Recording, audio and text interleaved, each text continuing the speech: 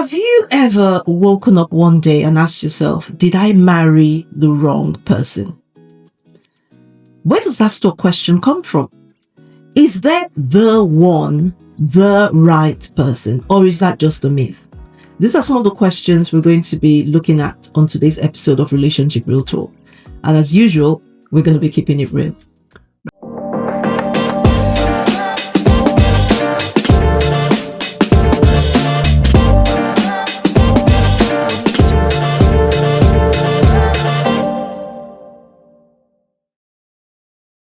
Welcome to Relationship Real Talk. My name is Julius and Eniolu, and with my wife here, Mary Eniolu. I want to encourage you to get a cup of tea or get a cup of your favorite drink, sit down and forward the link to your friends and loved one, and let's get started. Let's get started on this conversation. Did I marry the wrong person? The first thing I want to say is, if you are in that place where you're asking that question, you're not alone. I can assure you, you're not alone. You're not the first. You will not be the last person to wake up one morning and ask, am I in the wrong relationship? Did I make a mistake? Did I get it wrong? Right? And there's several reasons why we could end up asking that question. And we want to start to explore some of them today. But before we do that, I want to encourage you, if you have not gotten our book, we wrote a book, 30 Ways to Divorce-Proof Your Marriage, sharing some of the lessons we've learned on our own journey. We've been on this journey now for 30 years. Have I ever woken up one day and wondered, did I marry the wrong person? Shall we keep it real? Keep it real. I have. How about that? So I said, it's not uncommon to ever have that kind of question, that kind of doubt. But we're going to keep it real and we're going to talk about that question. But get yourself this book. It will help you. So what is it that might cause one to wake up one morning and ask that question, do you think? I don't think you would be having that thought if everything was fine. Exactly. You would be having it because things are not right. However, what you mustn't shy away from is, what if you're pointing the finger in the wrong direction? So there are two things you actually touched on there immediately. Two things. One is something is not quite right. So if something is not right, the natural tendency for us to gravitate towards is it shouldn't be. If it was meant to be, it should be right. It should be fine. Yeah. But that's the first thing I think we want to address. The fact that things are not how you want them to be, the fact that things are not going as smoothly perhaps as you would like, does not mean that the person is the wrong person. Yeah. The fact is, you could be married to the right person and things can still go wrong. Life is tough, and to a large extent, life can be unpredictable. You plan for all the best in the world, and you get more than what you've planned or budgeted for. And the fact that you're going through a bad patch right now is not a depiction of the truthfulness of your relationship or otherwise. You have an issue that you've got to deal with, and deal with it, because what are the options? Well, the thing is, and I have met people, actually, if you haven't yet subscribed, please do. We'll just remind you now, subscribe, share this, because we're having a real interesting conversation, and it's real. There are lots of people I know that find themselves in that place where they're wondering, am I in the wrong relationship? I actually know someone who was in that place, and unfortunately, she got divorced at some point. The danger is, once you start to ask that question, am I in the right relationship? Is this the wrong person for me? If it's not dealt with, at some point, you might just convince yourself you are in the wrong relationship. Yeah. And so you find yourself thinking the grass must be greener on the other side. Yeah. If I will just leave this person, everything will work out fine. This is the problem. That is a problem in itself, because the question represents or admits the fact that I'm fine, I just got the wrong person. So this person is wrong for me. So the problem is with this person. Well, not Not necessarily. Not necessarily. It might be that it might be the case that you're not thinking the person is the problem, but you might just be thinking they are not right for me. Right. So they're not right. We're not compatible. We're not right for each other. So that might be the issue. But what you want to ask yourself is, okay, we were right at some point. That's why we got married. We were right at some point. So what went wrong? I think that's the first thing you want to be looking at. Rather than questioning the whole foundation of the marriage, you want to look at the reason you're now asking that question. What's happening?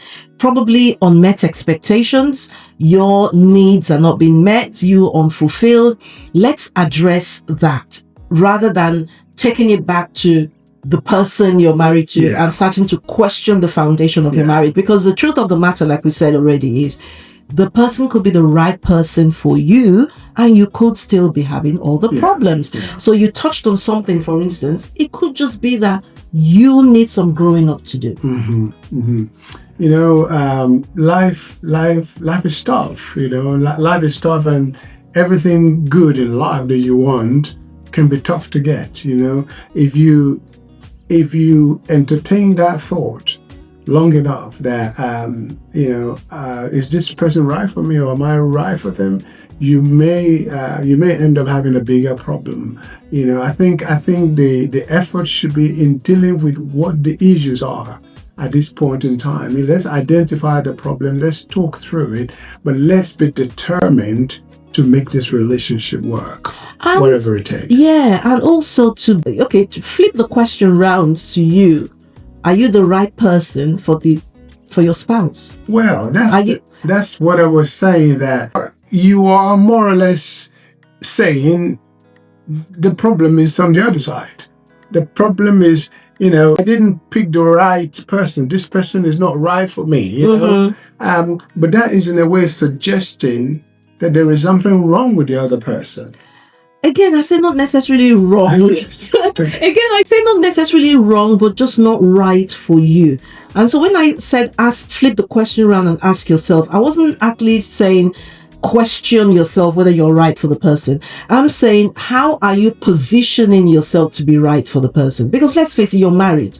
You're married now. And so there's issues going on in the marriage that's causing you to question whether you chose right in the first place. And the point I'm making is, rather than questioning whether you chose right in the first place, why don't you look at what's going on right now and ask yourself, am I showing up rightly in this relationship? That because you're making that point, and that's why I wanted us to go as to you questioning or examining yourself to find out how you are showing up in the relationship. If things are not going on right, it takes two to tango.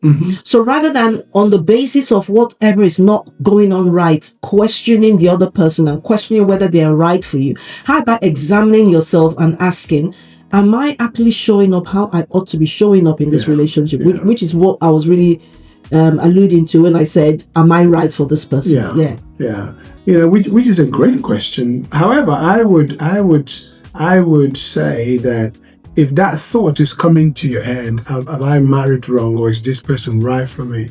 Maybe you both should have a conversation. Maybe you both should have a conversation and ask the other person, whatever you call yourself, honey, sweetie, can we have a chat? Are you happy? Are you happy in this relationship?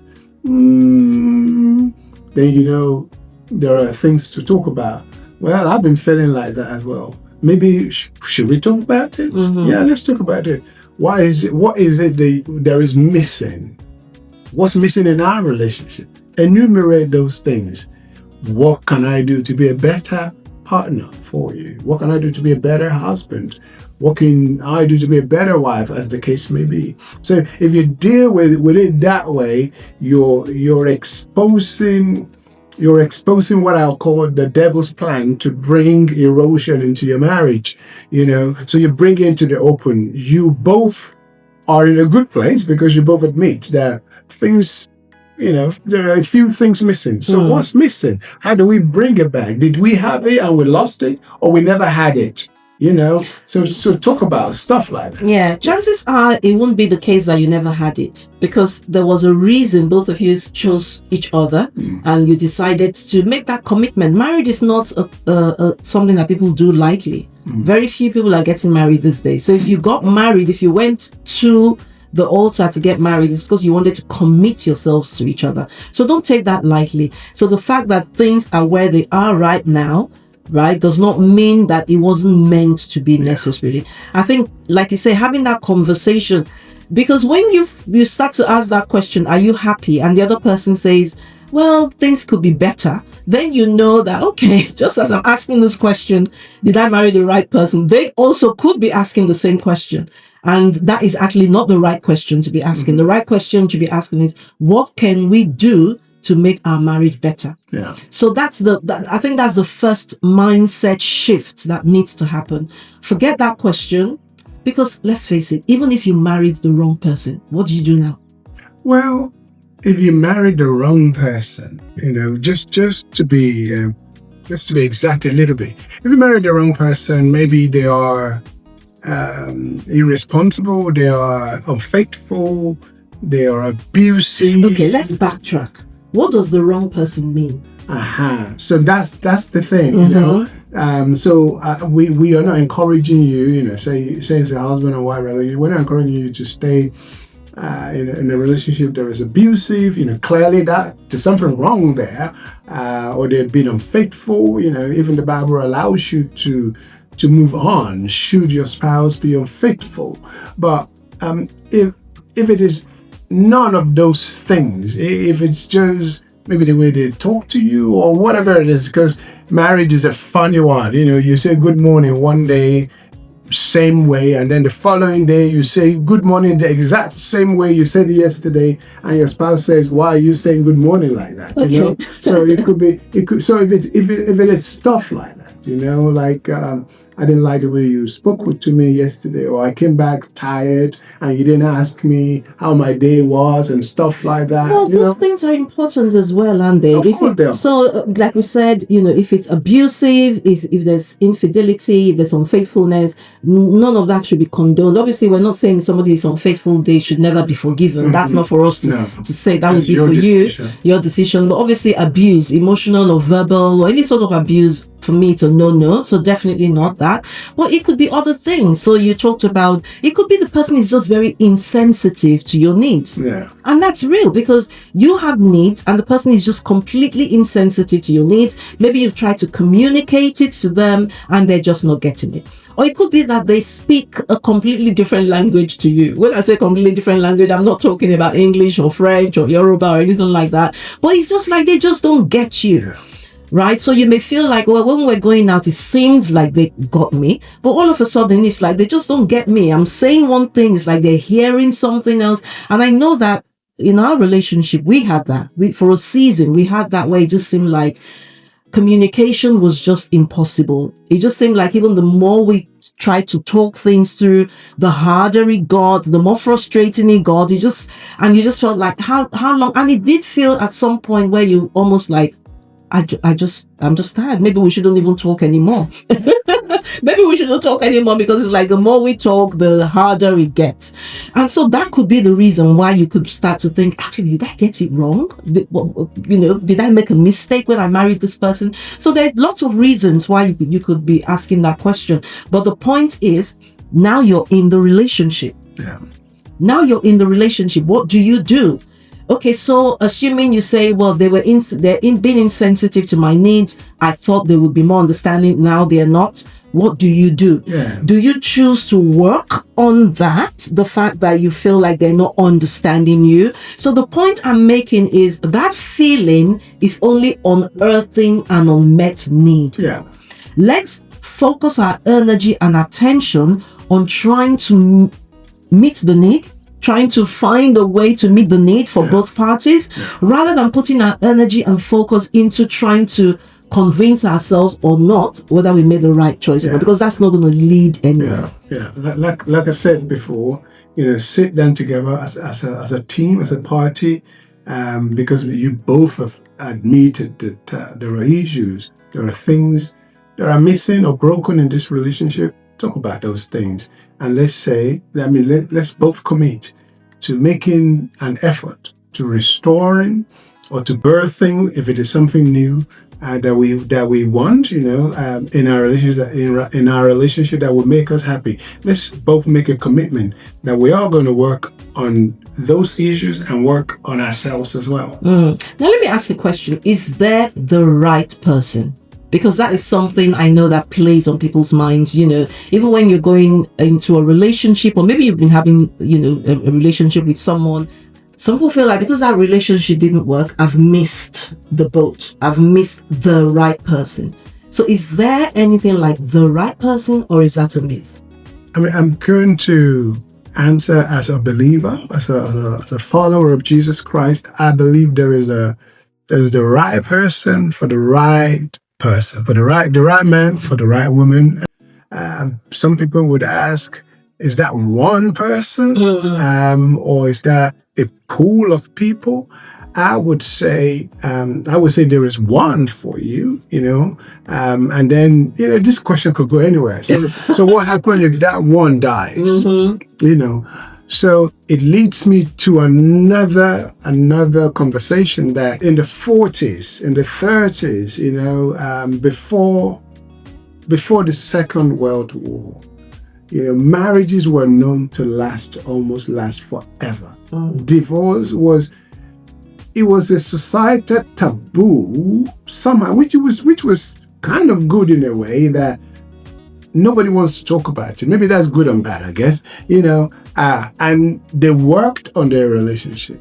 And these people were not believers. They were not followers of Jesus Christ. They married each other. And 60 years after marriage, they're still holding hands and walking down. Were there divorces? Of course there were divorces. What is the point I'm making? The point I'm making is any believer who is submitted to the will of God can marry another believer who is submitted to the will of God, and they will make it work. Would that have been the perfect relationship? Possibly yes, possibly no.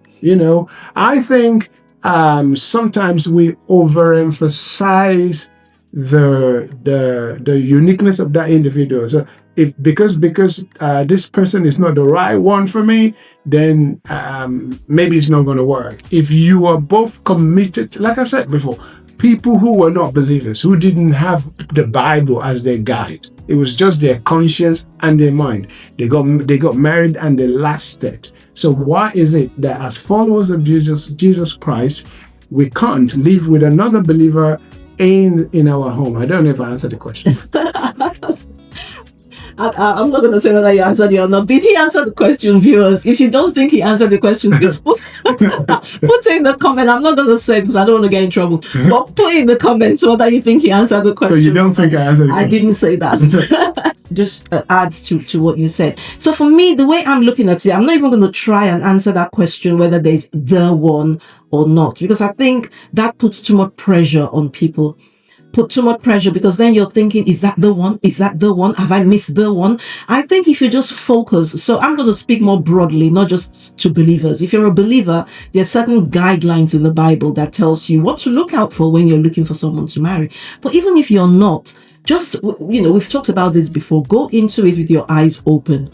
Right? Don't ignore the red flags. We talked about that. Don't look for the wrong things. Don't go into a relationship because of the material comfort that person can give you alone. Don't just go for the looks. Look at the values of the person, right? So do the best you can to make sure this person can walk with you the long haul.